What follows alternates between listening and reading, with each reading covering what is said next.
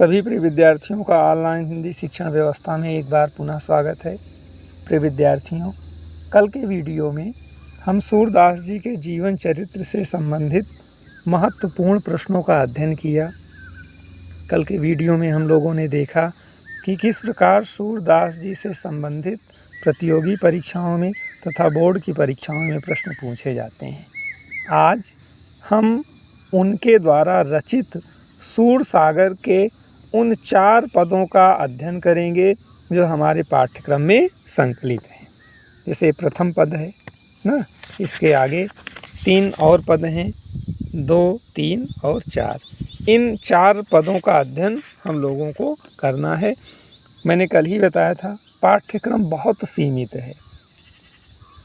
परीक्षा में निश्चित रहता है कि कौन सा प्रश्न पूछा जाएगा।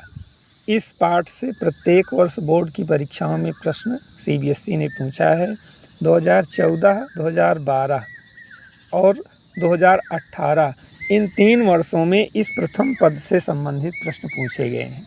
सीबीएसई ने इन प्रश्नों को आधार बनाकर प्रतियोगी परीक्षाओं में भी प्रश्न पूछते हैं।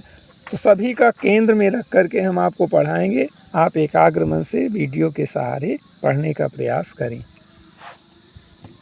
सूरसागर में कुल 1.25 लाख पद हैं, जिनमें से 4 पद हमारे पाठ्यक्रम में संकलित हैं।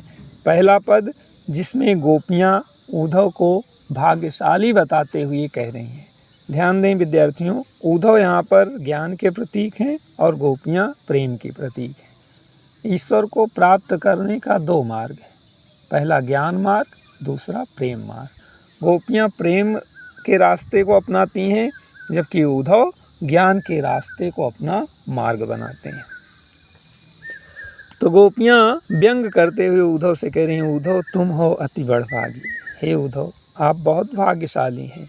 अपरस रहत स्नेह तगाते नाहिन मन अनुरागी।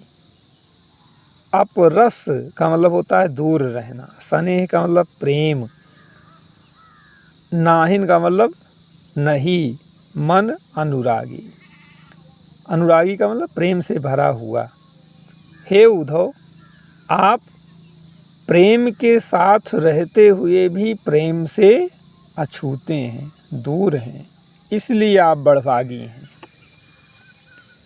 उदाहरण देकर समझा रहे हैं। पुरैन पात रहत जल भीतर तारस देह न दागी। पुरैन का मतलब होता है कमल, पात का मतलब पत्ते, रहत जल भीतर, जैसे कमल के पत्ते जल के अंदर तो रहते हैं, परंतु तारस देह न दागी, उस जल से वह रहित रहते हैं, दूर रहते हैं। कमल के पत्ते जल का स्पर्श करते रहते हैं, परंतु जल अपना अस्तित्व कमल के पत्तों पर नहीं छोड़ पाता। दूसरा उदाहरण देकर कह रही हैं, ज्यों जल माह तेल की गागर, बूंद न ताकों लागी। जिस प्रकार से जल में तेल की मटकी रहती है, बूंद न ताको लागी, परंतु उस जल का स्पर्श तेल में नहीं हो पाता, जल का विलय तेल में नहीं हो पाता है। आपने देखा होगा कि पानी में किसी भी प्रकार का आयल डालने से दोनों का अस्तित्व मिलता नहीं है, बल्कि पानी पर जल और जल पर तेल तैरता रहता है ना। तो गोपियाँ इसी को उदाहरण देकर कह रही हैं कि जिस प्रकार से कमल के पत्ते जल में स्पर्श तो करते हैं, परंतु अस्तित्वहीन रहते हैं। जल में तेल पड़ता तो है, परंतु जल का प्रभाव उस पर नहीं पड़ता। ठीक उसी प्रकार से आप कृष्ण के साथ तो रहे, परंतु उनके प्रेम का अस्तित्व आपके जीवन को प्रभावित नहीं कर सका। प्रीति नदी में पाँव न बोर्यों, दृष्टि न रूप परागी। आप कृष्ण के प्रेम रूपी नदी से वंचित रहे, उसमें अपना चरण नहीं डाले, और दृष्टि न रूप परागी, और ना ही उनके स्वरूप रूपी पराग से आपकी दृष्टि प्रभावित हुई। सूरदास के द्वारा गोपियाँ कहती हैं, अबला हम बोरी, हम लोग अबला हैं, मूर्ख हैं, जो गुर चाटी ज्यों पागी। चाटी का मतलब चींटी, गुड़ जैसे चींटी गुड़ में मिलने से अपना इस अस्तित्व समाप्त कर देती है, वह गुड़ से लिपट जाती है, उसके मिठास में अपने जीवन को समर्पित कर देती है। ठीक उसी प्रकार से कृष्ण के प्रेम में हमारा जीवन नष्ट हो गया।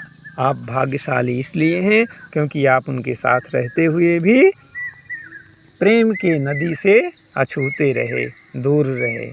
प्रिय विद्यार्थियों, इस पद में ज्ञान के महत्व को श्रेष्ठ बताया गया है, प्रेम की अपेक्षा। दूसरे पद में गोपियाँ उद्धव से कहती हैं कि उद्धव, हमारे मन की अभिलाषाएं मन के अंदर ही रह गईं, क्योंकि कृष्ण हमारी भावनाओं को ठेस पहुंचा करके चले गए। पद देखें, मन की मन ही मांझ रही, मन की अभिलाषाएं मन के अंदर ही रह गईं। कहिए जाय कौन पे उद्धव, उद्धव से कौन जाकर बताए समझाए, नाही परत कहीं। मेरी दृष्टि कृष्ण के प्रेम से अतिरिक्त और कहीं नहीं थी। अवधि आधार आस आवन की, उनके आने की आशा विश्वास में तन मन बिथा सही। बिथा का मतलब व्यथा, दुख। मेरा तन और मन दुखों को सहन करता रहा। अब इन जोग संदेशन सुन सुन बिरहिन बिरह दही। परंतु अब उनके योग रूपी संदेशे को सुन करके विरह रूपी अग्नि में मैं जली जा रही हूँ। गोपियाँ कह रही हैं कि हे उद्धव, इतना दुख तो उस समय भी नहीं हुआ जब मैं उनके आने की आशा में रास्ता मार्ग देखती रही। अब उनके योग रूपी संदेशे को सुन करके अत्यधिक कष्ट हो रहा है। चाहत हुती गुहार जितहि तय उततय धार वही। जिस तरफ भी मैं कृष्ण के विरह की ज्वाला से अपनी रक्षा के लिए सहारा चाहती हूँ, उधर से ही योग की धारा बहने लगती है। उततय ब्रज भाषा है, मतलब उधर से ही योग की धारा अर्थात हवा बहने लगती है। सूरदास अब धीर धरहि क्यों, मर जादा न लही।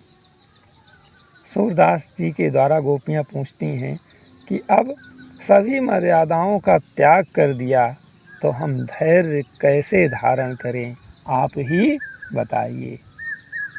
यहाँ पर विरोधाभास अलंकार है, साथ साथ अनुप्रास अलंकार है, ब्रजभाषा का प्रयोग किया गया है। 2012 और 2014 में इस पद्यांश से प्रश्न पूछा गया था कि जैसे गोपियों ने किन उदाहरणों के माध्यम से उद्धव को उलाहने दिए हैं। तो ये दो पंक्तियां हैं ना, योग की बातें, कि अब इन जोग संदेशन सुन सुन बिरहिन बिरह दही। इन पंक्तियों के द्वारा गोपियों ने उद्धव को उलाहना दी है। प्रिय विद्यार्थियों, इस तरह हम दूसरे पद का अध्ययन करने के बाद पश्चात तीसरे पद को पढ़ेंगे।